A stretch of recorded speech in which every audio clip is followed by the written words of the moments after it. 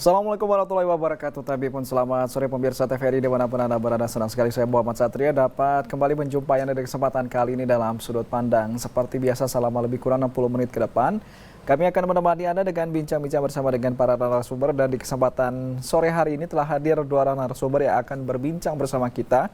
Kita akan langsung menyapa beliau-beliau. Yang pertama, saya ingin menyapa ada Insinyur Emilia Kusumawati selaku Kepala Dinas Lingkungan Hidup Provinsi Lampung. Selamat sore Ibu Emilia. Sore. Sehat kabarnya ya? Alhamdulillah. Terima kasih atas kehadirannya sore hari ini. Ya.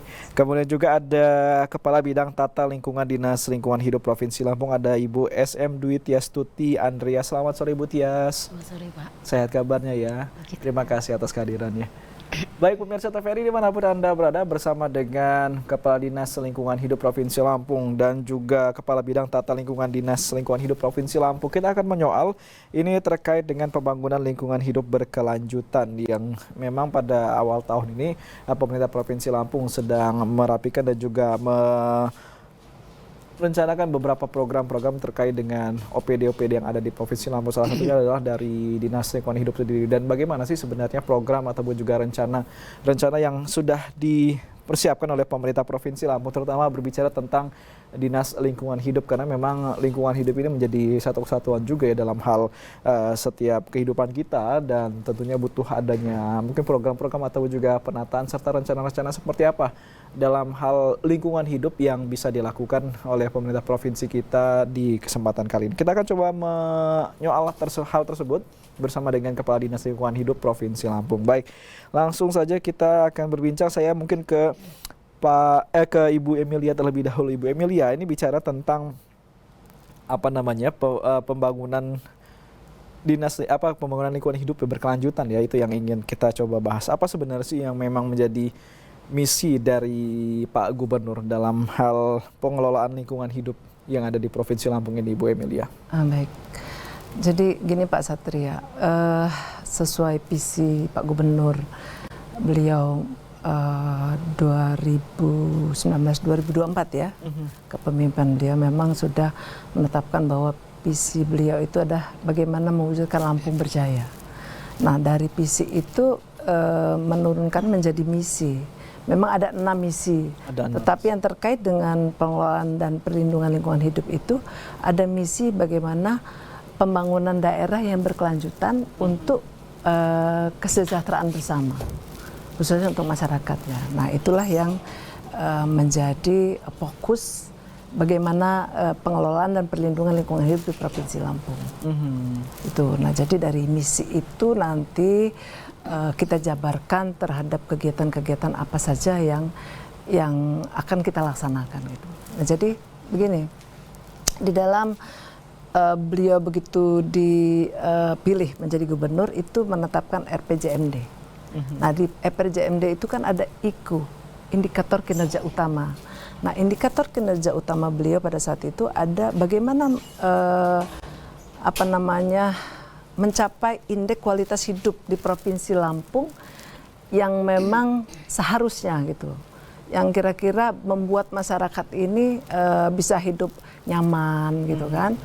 Nah satu itu indeks kualitas hidup, dan juga bagaimana menurunkan emisi gas rumah kaca, sampai sejauh apa pelaksanaannya. Nah itu yang memang menjadi visi misi kita. Nah, untuk pelaksanaan dinas lingkungan itu tentunya dinas yang memang bagaimana kita kegiatan-kegiatan kita itu mendukung semua yang memang sudah ada di indikator kinerja utama Pak Gubernur itu.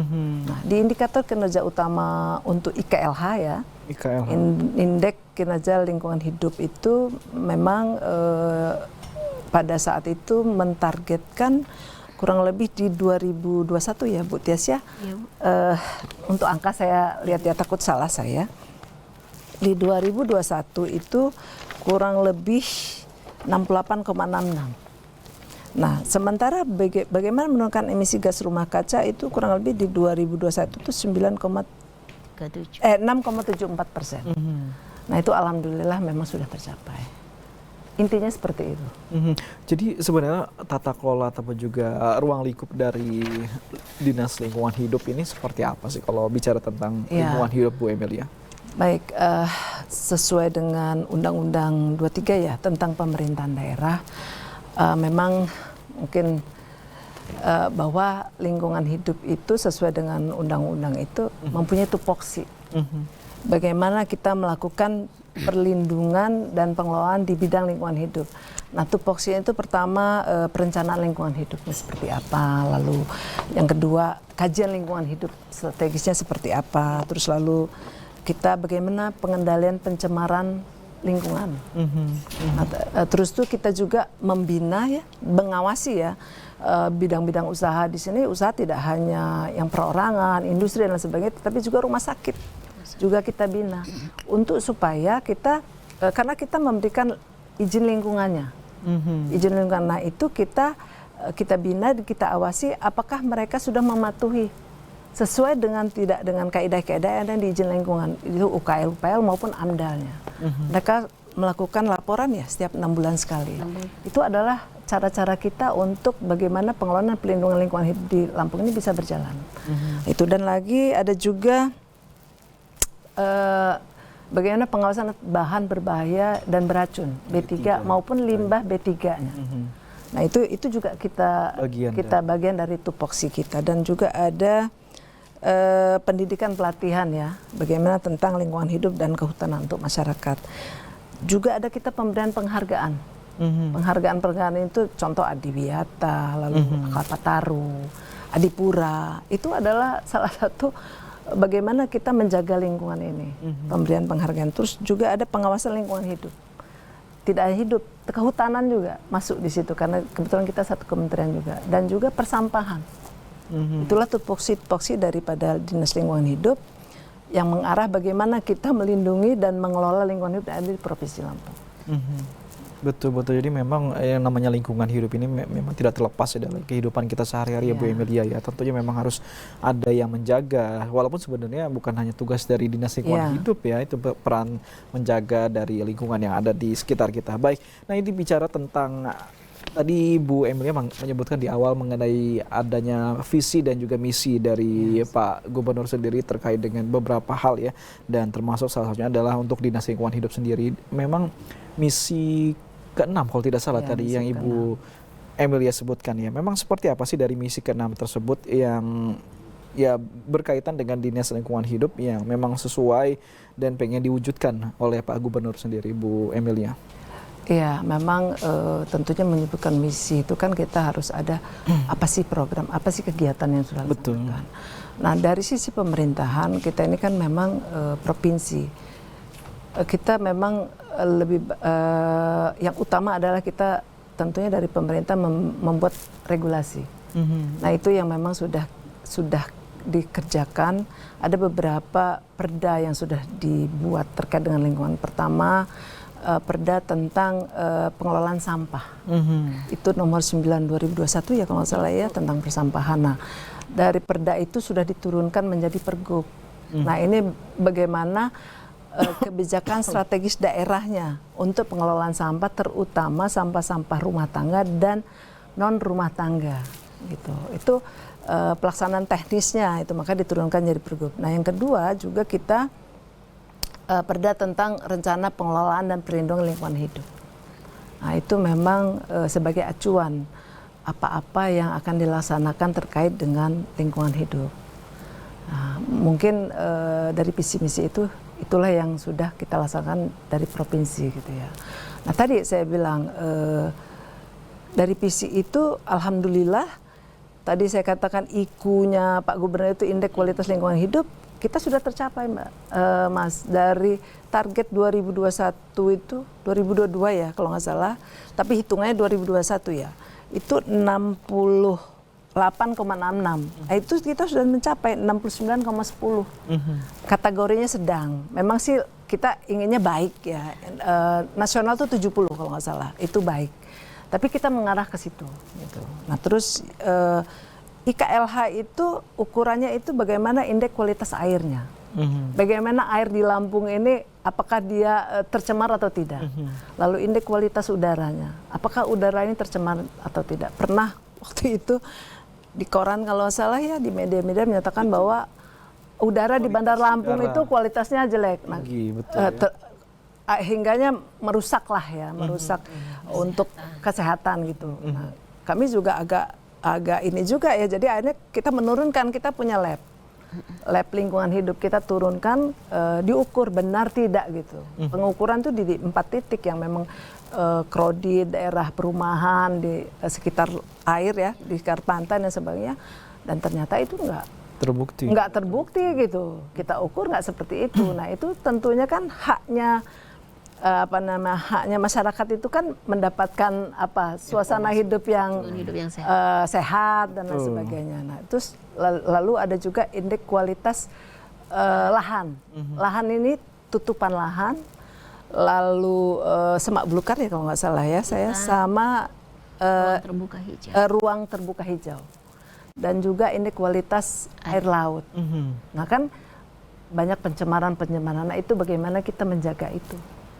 Itulah yang kenapa kok kita harus mengukur indeks kualitas lingkungan hidup di Provinsi Lampung. Dan yang kedua IKU-nya adalah penurunan emisi gas rumah kaca. Nah emisi gas rumah kaca itu target kita 6,74 dan alhamdulillah ini sudah tercapai di 2021 9,37%. Artinya sudah melebihi dari target. Tetapi memang emisi gas rumah kaca itu ada 5 sektor penyumbangnya.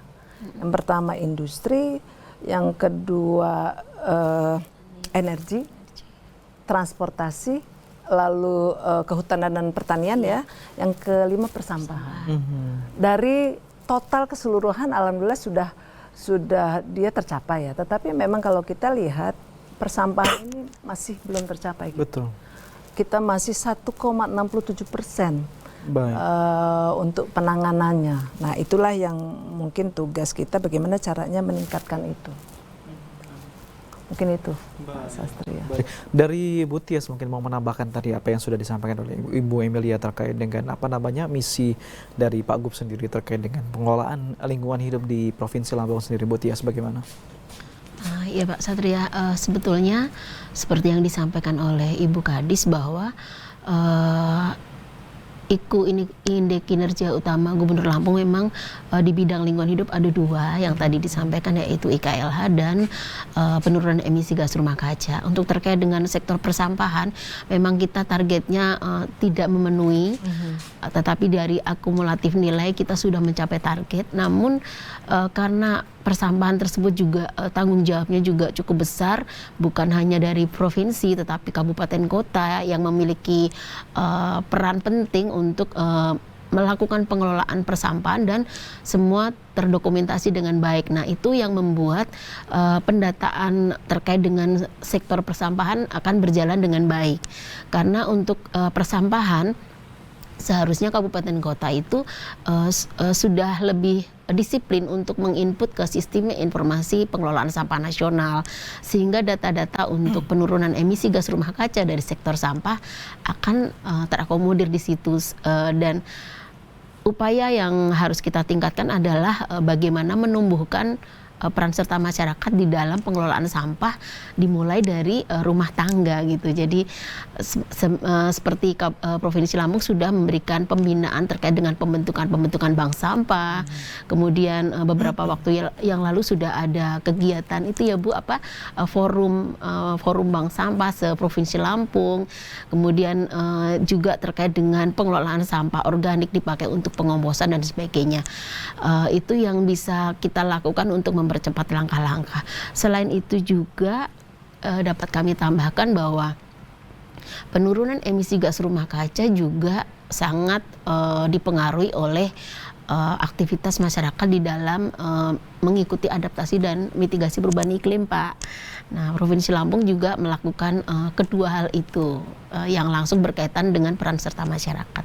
Demikian yang bisa kami tambahkan. Baik, jadi tapi memang masalah sampah ini tampaknya memang menjadi PR bersama tampaknya Bu Tias ya, karena memang keluhan dari masyarakat ya, mungkin seperti beberapa waktu yang lalu pemberitaan yang ada ya, terutama di Bandar Lampung, di daerah ya mungkin dekat dengan daerah kita ini ya, di UIN yang sempat menumpuk dan sempat menjadi video viral ya dengan adanya masyarakat yang memvideokan sampah yang cukup menumpuk sendiri. Artinya dengan masih adanya tempat-tempat yang mungkin belum bisa mengolah sampah dengan baik. Sejauh ini dari Bu Tias dulu mungkin nanti bisa ditambahkan oleh Bu Emilia sendiri ya mengenai pengelolaan sampah sendiri. Bagaimana sih baiknya sih untuk Provinsi Lampung kita ini, Bu Tias? Baik, kalau terkait dengan pengelolaan sampah, memang dari pelayanan kita masih kurang memadai ya. Jadi apalagi di perkotaan Bandar Lampung seharusnya sampah sudah secara keseluruhan dapat dikelola oleh pemerintah Kota Bandar Lampung. Namun di sisi-sisi di bagian lain di kota ini tentu kita dapat melihat terutama di bagian pendatang-pendatang ya seperti di UIN, kemudian ITERA itu untuk pengelolaan sampahnya memang kita harus tingkatkan khususnya dari Kota Bandar Lampung untuk memberikan pelayanan sampah yang ditingkatkan gitu. Kemudian selain daripada itu mungkin kapasitas TPA Bakung sudah melebihi, sudah sangat melebihi ya tumpukannya sudah melebihi yang ditetapkan dan diantaranya Provinsi Lampung nantinya dalam programnya akan membangun TPA regional yang melayani wilayah-wilayah yang belum terlayani oleh Kota Bandar Lampung maupun kabupaten-kabupaten di perbatasan dengan Kota Bandar Lampung. Nah itu yang nanti kami ke depan akan upayakan agar segera terwujud TPA regional yang menjadi urusan dari provinsi gitu Pak. Terima kasih. Baik, itu yang bisa saya tambahkan. Mau menambahkan tidak terkait dengan masalah pengelolaan sampah ya yang masih menjadi PR kita bersama. Apakah memang tadi ya sempat disinggung oleh Bu Tias memang TPA kita, TPA Bakung itu sudah kapasitasnya sudah mulai melebihi. Artinya memang kita butuh adanya TPA barukah atau seperti apa Bu Emilia? Ya memang pengelolaan sampah ini kompleks ya. Betul. Permasalahan sampah ini banyak hal kenapa kok belum tertangani dengan baik. Tentunya pertama pasti armadanya dulu. Kadang-kadang kita kan merasa tuh, kadang-kadang kok di rumah kita itu kadang-kadang 3 hari baru diambil. Nah ini armada juga memang sangat kurang. Terutama sampah ini kan tidak hanya di kota ya. Di seluruh Lampung ini kabupaten kota itu kan punya permasalahan semua. Tapi memang yang sudah overloading TPA-nya itu baru 3, yaitu Bakung, lalu Lampung Tengah ya, Bandar Jaya ya, dan juga Metro. Ya. Kota Metro. Nah 3 ini memang harusnya sudah ada penambahan perluasan TPA maupun ada TPA baru. Kalau contoh Lampung Tengah ya, dia memang udah mau overload, dia sedang akan berusaha membuat TPA baru. Nah ini memang seharusnya di Bandar Lampung seperti itu, tetapi memang bukan hal yang mudah karena TPA itu kan butuh lahan ya, butuh lahan tentunya mungkin untuk seperti itu kan butuh dana yang cukup besar. Itu satu, tentu armada, lalu juga pengoperasian sarana bank sampah. Bank sampah ini sebenarnya salah satu solusi, mengurangi timbulan sampah di TPA. Sampah di Lampung ini kalau setahun tuh dihitung tahun kemarin 1,6 juta ton. Kalau akumulasi ya satu. Nah, sementara yang sudah bisa ditangani maupun dikurangi itu masih minim sekali. Masih minim, kurang lebih baru 36% kalau nggak salah saya. Nah itu memang salah satunya adalah bagaimana mengoptimalkan setiap satu kelurahan maupun satu desa punya bank sampah. Kalau di bank sampah ini jalan, itu kan bank sampah ini dia mengurangi ya, melakukan pemilahan. Pemilahan itu contoh sampah-sampah plastik, misalnya botol atau apa, atau kardus dan sebagainya itu kan bisa di-reuse, dipakai kembali atau di-recycle. Nah ini kan banyak tuh, seperti kita contoh sudah bekerja sama dengan bank-bank sampah itu Coca-Cola ya, PT Coca-Cola dia mengambil botol-botol atau apa bisa dipakai kembali. Jadi tidak perlu ada sampah baru lagi gitu kan. Memang itulah yang di-recycle gitu. Nah itu. Terus yang kedua minimnya dana operasional. Setiap kabupaten kota itu kan sudah sudah jelas untuk ini, untuk itu. Nah, untuk sampah sebenarnya memang masih agak kurang gitu ya. Nah, kalau bank sampah ini kita maksimalkan, semua punya di setiap satu kelurahan, tentunya sampah yang ditimbulkan dari rumah-rumah tangga ini kan berkurang. Betul. Nah, itu dibuang ke TPA-nya kan berkurang berarti kan. Nah, itu salah satunya. Dan juga yang paling banyak, paling besar itu memang sampah organik. Nah, kalau sampah organik ini di bank sampah itu sudah dikelola menjadi kompos dan sebagainya. Ada banyak juga selain kompos bisa jadi maggot, ya. Dari itu, nah itu pasti kan mengurangi gitu. Nah, inilah upaya-upaya bagaimana supaya sampah agak berkurang. Tapi untuk mengurangi yang cukup besar sampai 50% memang agak sulit. Ya memang perlu ada TPA tadi. Nah, TPA ini memang untuk mengakomodir terutama di kota ya yang sudah cukup banyak timbulan sampahnya. Provinsi Lampung sudah memang merencanakan membuat TPA. Kemarin sudah dalam batas master plan. Master plan di Dinas PU Cipta Karya. Nah, memang kita sudah punya ada schedule di sini. Perda pengelolaan sampah sudah kan, lalu Jaksrada, lalu lahan TPA. Lahan alhamdulillah kita udah tetapkan, itu rencana itu di Tanjung Sari ya, Kecamatan Natar. Itu kurang lebih luasan 20 hektar. Nah, mungkin dia bisa mengcover wilayah Bandar Lampung nantinya, karena regional kan berarti beberapa kabupaten bisa membuang ke situ. Bandar Lampung, Lampung Selatan dan Pesawaran. Baik, jadi artinya terlepas dari masalah sampah, kemudian juga dari tadi kita sempat juga menyinggung masalah kualitas udara yang ada dan juga air. Jadi kalau mungkin dikategorikan sebenarnya bagaimana sih Bu Emilia terkait dengan kondisi lingkungan hidup di Provinsi Lampung kita pada saat ini? Apakah yang menjadi tolak ukur untuk keberhasilannya sendiri? Iya, tadi sebenarnya di awal saya sudah singgung bahwa alhamdulillah indeks kualitas lingkungan hidup kita ini masuk kategori sedang. Sedang, baik. Sedang, kita inginnya baik. Baik itu angkanya 70. Kita itu tadi 69,10. Target kita sebenarnya 68,66. Nah, ini berarti indeks kualitas air kita masih dalam batas aman.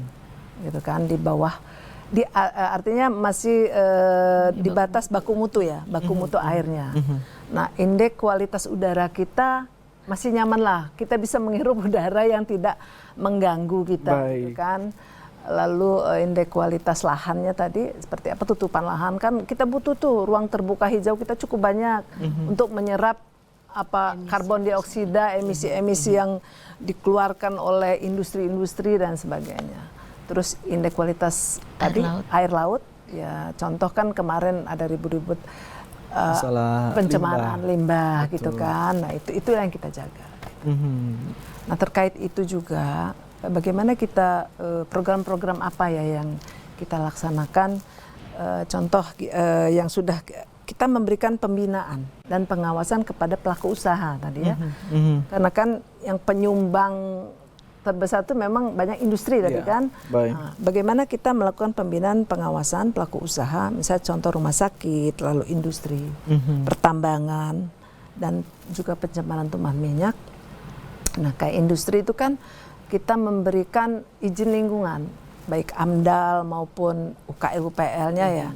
Nah, di situ kita meminta mereka melaporkan setiap 6 bulan kondisinya seperti apa, bagaimana mereka punya IPAL-nya, pengelolaan air limbahnya seperti apa, seberapa besar, maksudnya seberapa sih yang mereka buang air limbah itu ke sungai gitu kan, apakah itu sudah melebihi baku mutu atau tidak. Nah, itulah yang kita menjaga itu. Itu makanya kita melakukan pengawasannya juga. Kita ada tim gakumnya ya, penegakan hukumnya.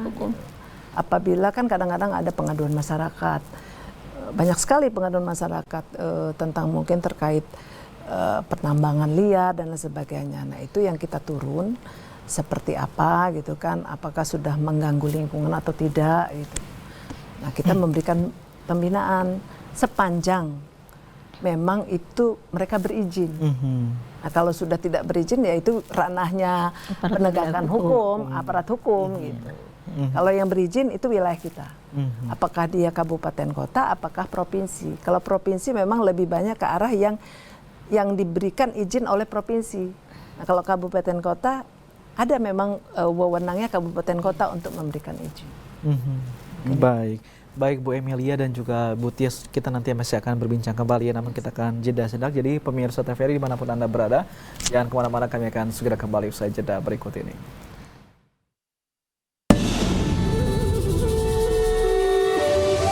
Ribuan suku dan bahasa, warna-warni budaya. Ajarkan kita bijaksana, menjaga Indonesia kaya. Ayo pernah kita bersyukur, rakyat terus bersatu padu, pemerintah yang adil dan jujur, pimpin negaraku maju. Ayo mama, jangan mama rabeta, dia cuma pegang peta. Ayo mama, jangan mama rabeta, lah orang muda punya biasa. Sing sing si bantu manikam di panjoget sormari kotang di ramang nari si bang bangkar jua jua, si bang bangkar jua jua.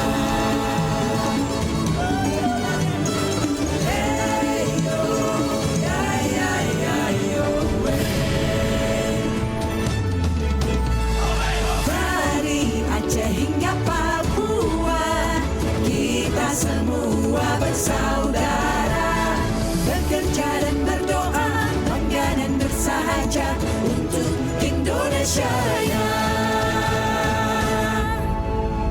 TVRI, media pemersatu bangsa.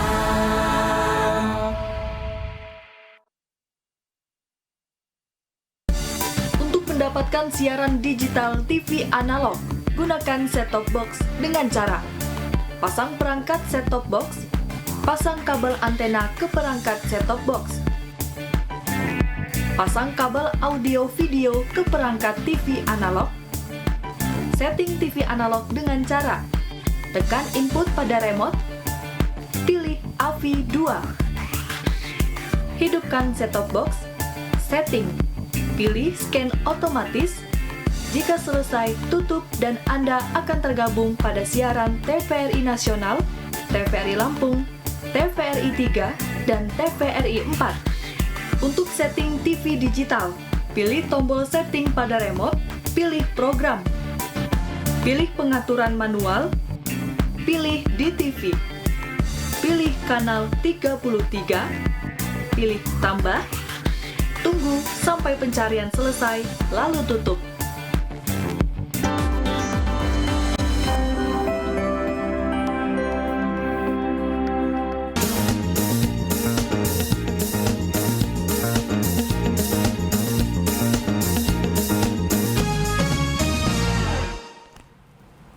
Baik pemirsa TVRI dimanapun Anda berada, terima kasih Anda kembali bersama kami dalam Sudut Pandang, dan kita masih menyoal terkait dengan masalah Dinas Lingkungan Hidup, yaitu pembangunan lingkungan hidup berkelanjutan bersama dengan Kepala Dinas Lingkungan Hidup, ada Ibu Emilia, dan juga ada Kepala Bidang Tata Lingkungan Dinas Lingkungan Hidup Provinsi Lampung, ada Ibu Tias. Dan kita akan coba kembali melanjutkan perbincangan kita. Baik, saya kembali ke Ibu Emilia ya. Tadi sebelum kita jeda sudah cukup banyak yang disampaikan oleh Ibu Emilia ataupun juga dari Ibu Tias sendiri terkait dengan program atau juga kinerja dari Lingkungan Hidup Provinsi Lampung sendiri. Ada beberapa poin tadi yang saya catat memang mengenai masalah-masalah yang tampaknya memang cukup kompleks dan juga memang masih perlu terus dilakukan terus berkelanjutan mengenai masalah pengelolaan sampah, kemudian juga masalah emisi gas tadi ya, dan juga beberapa masalah indeks kualitas lingkungan hidup sendiri yang sudah disampaikan juga.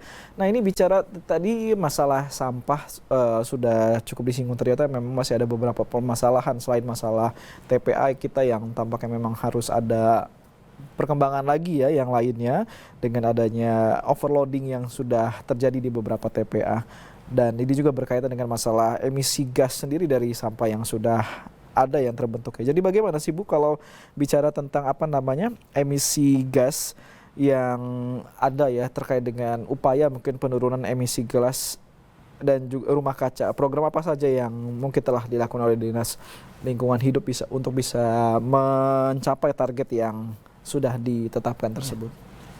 Ya memang sih sekarang ini kan sedang galak-galaknya bagaimana sih pemerintah itu mengharapkan bisa kita menurunkan emisi gas rumah kaca. Karena kan kita tahu bahwa sekarang perubahan iklim sangat ekstrim. Betul, terasa sekali. Meningkatnya suhu udara. Iya. Nah, kita menjaga batasan suhu udara itu nggak lebih meningkat dari 2%. Harapan kita seperti itu. Nah, apa-apa kira-kira langkah-langkahnya. Yang pertama tentunya tadi penyumbang terbesar adalah dari yang 5 sektor tadi itu persampahan. Nah, itu bagaimana kita mengelola sampah ini supaya dia bisa terkelola dengan baik. Selain TPA juga memang harus adanya pengelolaan energi listrik terbarukan sampah. Ini harapan kita. Kemarin sih memang udah beberapa ada investor ya, cuma memang hitungan-hitungannya. Ini kalau udah terkait investor kan pasti hitung-hitungannya. Kita berharap mudah-mudahan di Lampung ada investor yang mau untuk mengelola sampah ini menjadi tenaga listrik. Nah, kalau ada tentunya ya TPA itulah yang nanti menjadi sumber tenaganya kan, sampah-sampah itulah. Itu pertama. Yang kedua, menurunkan emisi gas rumah kaca, bagaimana menambah luasan serapan emisinya itu dengan program pollination ya Bu ya, terus itu mungkin tambahan luasan taman keanekaragaman hayati. Nah, itu adalah upaya-upaya bagaimana kita menurunkan emisi gas rumah kaca. Nah, terus satu lagi adalah Proklim program Kampung Iklim. Ini memang perlu ada keterlibatan masyarakat. Karena harus ada orang yang mau menjadi penggerak ya. Jadi harapannya bahwa kalau presiden sih menyampaikan kalau bisa Proklim kita ini targetnya 25% dari jumlah desa maupun lurah yang ada di Indonesia. Nah, kalau Lampung sendiri 2.600 sekian, harapannya kalau 25% kurang lebih 600-an desa gitu. Nah, tetapi sampai saat ini baru 26 desa. Nah, itulah yang kita kejar. Bagaimana kita mencapai itu? Kenapa kok harus ada kampung iklim? Karena di kampung iklim itu kegiatan-kegiatan yang mendukung untuk menurunkan emisi gas rumah kaca. Contoh, di situ ada bank sampahnya. Bank sampah itu ada 2, bank sampah induk, bank sampah unit. Nah, bank sampah induk ini ya dia yang utamanya di situ, mengumpulkan situ. Nah, bank sampah unit inilah yang contoh dari RT, RW, menggerakkan PKK-nya, gitu, ibu-ibu PKK, kelompok wanita tani bisa mengelola ini, bisa mengelola sampah ini. Nah, itu nanti di full di bank sampah unit itu. Nah, itu satu, dia artinya program yang ada di Proklim. Terus yang kedua juga bagaimana pengembangan, misalnya pengembangan komoditas. Contoh misalnya perkebunan, apakah buah-buahan, itu kan salah satu upaya bagaimana di desa itu ada tambahan tutupan lahan. Kalau ada pengembangan kawasan buah-buahan atau lain sebagainya, berarti kan menambah dari tanaman yang bisa menyerap karbon dioksida tadi itu.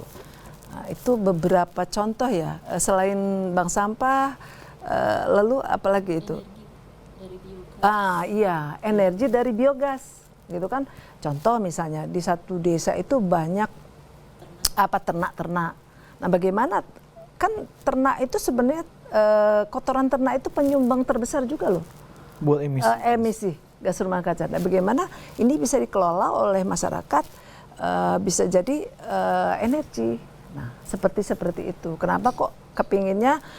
Di samping itu juga di Kampung Iklim juga dia juga menumbuhkan produk-produk daripada tadi sampah dan sebagainya, dan juga produk-produk yang dari masyarakat ada. Jadi semua sektor masuk ke situ. Semua sektor masuk di kampung iklim itu, dari kesehatannya, dari industrinya gitu masuk. Nah kalau setiap desa bisa bergerak seperti itu, ya kita bayangkan semua bisa bergerak kan, mau nggak mau akan, kalau dihitung emisi gas rumah kaca bisa berkurang gitu kan. Nah, mungkin itu beberapa. Baik, dari Bu Tias mungkin mau menambahkan dari yang sudah disampaikan oleh Bu Emilia. Pak Satria, saya mau menambahkan bahwa dengan program Kampung Iklim seperti yang disampaikan Ibu Kadis, bahwa Bapak Jokowi kan ingin menargetkan 20.000 kampung iklim 2024. Jadi istilahnya 25% dari seluruh desa se-Indonesia. Nah, Provinsi Lampung juga demikian, kita juga menargetkan, namun untuk mempercepat pembentukan Proklim kami memerlukan kerjasama di semua pihak gitu. Jadi di Desa Proklim itu memang ada 2 kegiatan utama dalam rangka perubahan iklim, mengantisipasi dampak perubahan iklim. Yang pertama adalah kegiatan adaptasi. Contohnya tadi yang disampaikan Ibu, dia masyarakat harus tahan terhadap perubahan iklim terkait dengan sosial ekonomi, sehingga mereka memanfaatkan lahan pekarangan untuk secara ekonomi menghasilkan toga, kemudian sayuran, kemudian pembibitan dan sebagainya. Kemudian juga dia bisa melakukan kegiatan mitigasi, contohnya pengelolaan sampah itu termasuk kegiatan mitigasi, kemudian penggunaan atau pembuatan energi baru terbarukan yang mengurangi sampah sampah organik dari kotoran ternak maupun dari sampah rumah tangga yang organik itu kan bisa semua menjadi bahan untuk biogas. Kemudian juga ada kegiatan terkait dengan kelembagaan. Kelembagaan memang untuk Proklim sendiri memang dinilai memiliki nilai yang paling tinggi, di mana kelembagaan itu merupakan komitmen dari seluruh masyarakat yang ada di kampung iklim itu untuk menjaga lingkungan, tetapi sekaligus memberikan kontribusi secara ekonomi kepada masyarakat di situ dan memberikan dampak yang lebih luas kepada desa-desa di sekitarnya. Makanya untuk program Kampung Iklim ini ada taraf-tarafnya Pak Satria. Jadi ketika suatu desa sudah memiliki 10 replikasi desa Proklim, maka dia akan diberikan penghargaan oleh Kementerian Lingkungan Hidup menjadi Proklim Lestari. Karena sudah dapat mereplikasikan apa yang dia lakukan di daerah tersebut kepada 10 desa iklim. Tentu saja semua terrecord atau terdokumentasi di dalam sistem registrasi nasional. Sistem registrasi nasional tersebut menjadi data bagi pemerintah pusat untuk menyampaikan ke dunia internasional bahwa Indonesia sudah melakukan aksi penurunan emisi gas rumah kaca gitu. Itu salah satunya dari program Kampung Iklim, selain program-program kementerian yang lain seperti Adipura, Volunetzing dan sebagainya. Nah, semua diinformasikan seperti di SRN itu, Sistem Registrasi Nasional. Kemudian juga di dalam Proklim ini seperti yang tadi kami sampaikan, karena targetnya sangat tinggi ya Pak, 664 desa kampung atau pekon kalau di Provinsi Lampung itu, maka kami tidak dapat bergerak sendiri. Kami juga membutuhkan keterlibatan dari dunia usaha. Apabila dunia usaha tersebut sudah secara penaatan mereka taat sesuai dengan persetujuan lingkungan, tapi juga mereka memiliki kontribusi lebih di bidang pemberdayaan masyarakat, pendampingan untuk menjadi desa Proklim gitu. Kemudian kita juga ingin berkolaborasi dengan universitas-universitas sehingga mereka juga memiliki binaan-binaan kampung-kampung iklim yang difasilitasi oleh universitas yang ada di Provinsi Lampung. Kalau bisa KKN-nya. Kalau bisa KKN-nya KKN tematik. Jadi KKN tematik karena biasanya penggiat Proklim itu yang muda-muda Pak, malah semangat ya. Jadi karena semua serba aplikasi ya. Jadi sekarang ini semua berbasis digital, teknologi informasi. Karena Proklim itu nanti akan dikemas secara menarik sehingga desa itu dapat dilihat secara meluas di seluruh Indonesia menjadi percontohan. Kedepannya arahnya seperti itu. Baik secara lingkungannya maupun secara perekonomian mereka dapat terangkat dan diinformasikan ke internasional atau ke nasional atau ke daerah wilayah sekitarnya gitu.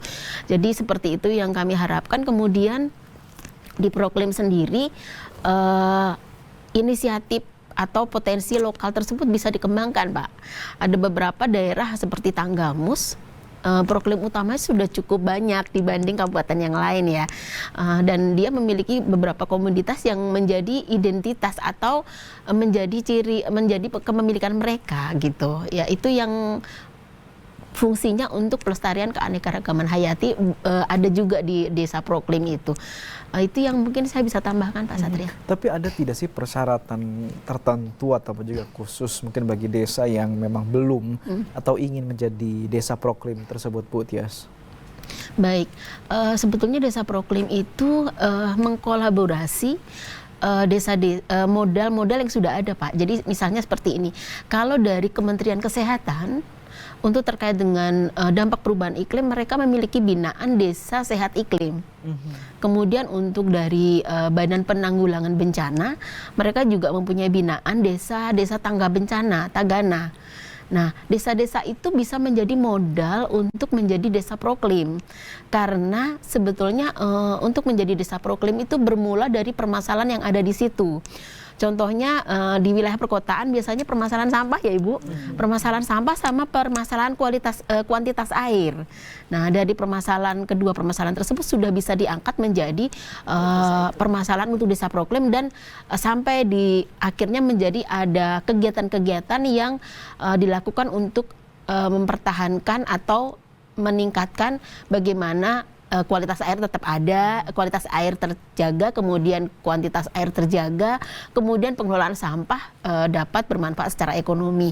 Nah, seperti itu potensi desa proklim dapat dikembangkan. Kemudian kalau desa di sekitar laut yang rawan terhadap abrasi, kemudian rawan terhadap gelombang ekstrim gitu kan, itu kan termasuk masalah bagi mereka kan. Jadi mereka harus tahan terhadap perubahan iklim. Caranya bagaimana? Tentu saja mereka memiliki kelompok-kelompok tani yang bisa kita andalkan atau kita utamakan untuk melakukan program-program ini gitu. Jadi sebetulnya proklim itu bermodal dari kegiatan-kegiatan masyarakat yang sudah ada di lokal situ, Pak. Jadi tidak perlu yang baru kita adakan, malah justru nggak berhasil kalau kita mengadopsi baru dan taruh situ. Tapi bermula dari hal-hal di lokal tersebut, seperti itu. Baik, Bu Emilia, Mungkin bisa saya tambahkan sedikit terkait proklim. Artinya pemerintah pusat juga nggak main-main terkait proklim ini, karena ini kan kita diharapkan Indonesia ini menurunkan emisi gas rumah kacanya. Betul. Nah, makanya penilaian Adipura kalau tahun sebelumnya tidak memasukkan proklim, ini sekarang dari salah satu tolak ukur. Jadi minimal 5 di setiap desa, kabupaten atau kota punya kampung iklim. Nah, itu kan berarti menambah bagaimana kabupaten kota berlomba-lomba untuk bisa mewujudkan kampung iklim ini. Mau nggak mau kan secara tidak langsung kalau jumlah kampung iklimnya bertambah dengan adanya penilaian Adipura, berdampak dengan penurunan emisi gas rumah kaca kan. Memang menarik ya Bu Emilia dan juga Bu Tias kalau membahas masalah lingkungan ini ya, terlebih lagi dengan tadi program-program yang sudah dijabarkan juga cukup menarik ya. Seperti proklim ini ya berharap sih memang tidak hanya mungkin desa-desa tertentu saja, tapi mungkin kalau diterapkan di perkotaan kira-kira bisa nggak sih? Bisa. Bisa. Memang seharusnya utamanya harusnya di kota. Karena kan permasalahan terbesar memang di kota gitu kan. Itu terutama kalau di kota tadi persampahan utama. Dan air. Nah, salah satu item kegiatan yang besarnya hitungan itu ya di persampahan itu. Persampahan itu ya item yang menjadi permasalahan utama tampaknya di perkotaan. Permasalahan utama di sampah itu Bu, Pak, kalau perkotaan. di kota, Baik. Ya, jadi Bu Emilia, selain tadi yang sudah disampaikan program-program yang cukup menarik kalau menurut saya, apalagi sih Bu yang menjadi program yang akan dilakukan atau juga direncanakan oleh Dinas Lingkungan Hidup Provinsi Lampung sendiri, yang mungkin juga melibatkan peran serta dari masyarakat, Bu Emilia? Baik, memang pengelolaan perlindungan lingkungan hidup ini tidak bisa berjalan sendiri tanpa adanya keterlibatan masyarakat. Nah, jadi memang untuk menarik supaya bagaimana bisa masyarakat itu terlibat di situ, memang pemerintah mengadakan penghargaan, memberikan reward ya kepada masyarakat, yaitu contohnya misalnya Adipura, gitu kan. Nah, Adipura itu kan untuk kota maupun kabupaten yang dianggap dia sudah melakukan pengelolaan dan perlindungan lingkungan hidupnya sesuai dengan standar-standarnya. Itu yang pertama Adipura. Tadi kan ada proklimnya dan sebagainya. Yang kedua Adiwiyata. Adiwiyata ini kan sekolah-sekolah, diberikan kepada sekolah-sekolah. Nah itu adalah tentunya kan bukan pemerintah, masyarakat terlibat di situ. Ya, ada sekitar sekolahnya ataupun sekolahnya sendiri. Bahkan anak-anak sekolah itu mereka mendukung banget ya, senang dengan adanya kegiatan-kegiatan itu, pendidikan sejak lingkungan sejak dini kan gitu kan. Artinya menumbuhkan kepada anak-anak dari sejak dini bahwa oh begini loh, kalau kita mau menjaga lingkungan itu yang baik seperti apa gitu. Penghargaan itu tujuannya Adiwiyata. Terus yang ketiga Kalpataru. Kalpataru ini kan diberikan pada perseorangan maupun kelompok. Nah, tentu kan ini pasti masyarakat. Contoh pemberian penghargaan mungkin kelompok Repong Damar yang di Lampung Barat. Pesisir Barat. Pesisir Barat. Pesisir Barat. Perintis lingkungan. Nah, itu kan menumbuhkan minat pada masyarakat, oh bahwa kalau saya melaksanakan ini mendapat reward gitu kan. Kegiatan saya ini, mungkin tadinya dia sebenarnya untuk mata pencaharian dia sendiri, kehidupan dia sendiri kan. Tetapi dengan dia menumbuhkan itu, mendapat penghargaan kan, membuat orang lain, oh saya juga kalau berbuat ini kan tentunya akan dapat penghargaan. Nah mungkin itu dan juga dunia usaha ya, dunia usaha juga ada proper ya. Proper itu bagaimana kita menilai satu industri atau perusahaan itu sudah nggak menjalankan bagaimana pengelolaan perlindungan lingkungannya itu sudah sampai sejauh apa. Itu ada 3 penilaiannya. Dia dari hitam, merah, biru, hijau, emas, gitu kan. Kalau hitam ini memang benar-benar nggak dilaksanakan sama dia. Itu artinya blacklist lah ya, nggak punya izin, lalu blacklist lah ya. Terus kalau dia merah, ya sedikit lagi lah. Inilah tugasnya Dinas Lingkungan Hidup, memberikan pembinaan. Bagaimana dunia usaha ini bisa mewujudkan proper dia itu menjadi biru. Nah kalau biru itu berarti sudah bagus gitu. Nah kalau hijau, selain dia memang sudah memenuhi kaedah-kaedah ketaatan terhadap persetujuan lingkungannya, dia juga ada kegiatan lain yang terkait dengan lingkungan. Contoh PTBA ya, PTBA. Dia awalnya sebenarnya PTBA itu pertama dia cuma pengen nanam bambu. Tujuannya pengen nanam bambu. Nggak taunya dari bambu itu ada masyarakat yang memang ahli di bidangnya ya bisa dikembangkan untuk pupuk, untuk produk-produk, contoh tumbler gitu kan, sumpit dan lain sebagainya. Nah, binaan mereka itu membuat dinilai oleh Kementerian KLHK mempunyai nilai lebih.